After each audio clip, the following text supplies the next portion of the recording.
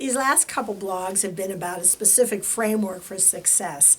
And I just want to mention that this framework was developed by a company called Enlightened Leadership. And it's something that we have embraced in our company, and I've given it to my clients as well and had them use it through some experiential training programs with great results, I'm going to say. And if you recall, the first step was coming up with what's working, and the second step is why is it working? It's getting to the root of success. Now we move into the next two steps. And this, by the way, is where we typically start. It's like, here are our goals. What are the goals? But sometimes there's not energy around it, and often it is from a negative perspective. So step 3 is about defining what the goals are. But remember, people are energized. They already know what is working. And then what we have is the gap. This is where we are. This is where we want to go. Well, obviously, if there were no gap, there would be no need to have this discussion at all if we're already achieving the goals. But if we want to sell more, make more money, save more money, I mean, whatever that goal is, there is ultimately going to be a gap, and we need to set the goals. Now, it's best when the people that are going to be implementing them can come up with them themselves. That isn't always the case. Sometimes management tells us what those specific goals are. But step back and say, why do goals fail? Overall, they fail for 2 reasons. One is lack of clarity about the goal. You know, how many times have you walked out of a meeting and said, this is the objective, this is the goal, and you turn to your colleague that was with you and they're saying, that's not what I heard.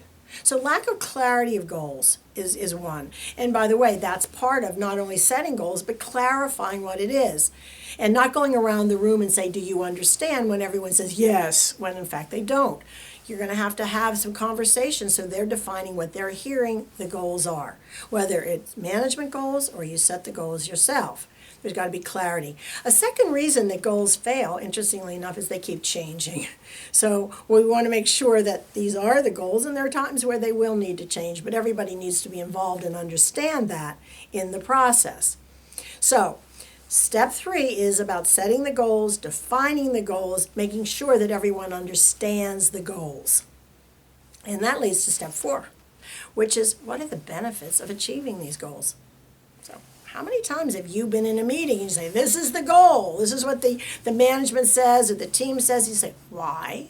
What's in it for me? How do I benefit? So in order to really get buy-in for goals, people have got to understand what is in it for them. So this is the time that the facilitator can go around the room, whether it's one or many, and saying, what are the personal benefits that you get from this? Personal benefits. Oh, sure, we can know the company benefits, the department benefits. What are the personal benefits? And it might be, I get to keep my job. I mean, it might be something like that. I'm going to be more effective. I'm going to whatever. But if I don't see those personal results, the chances are I'm not going to buy into it in the way that I need to make sure that these happen.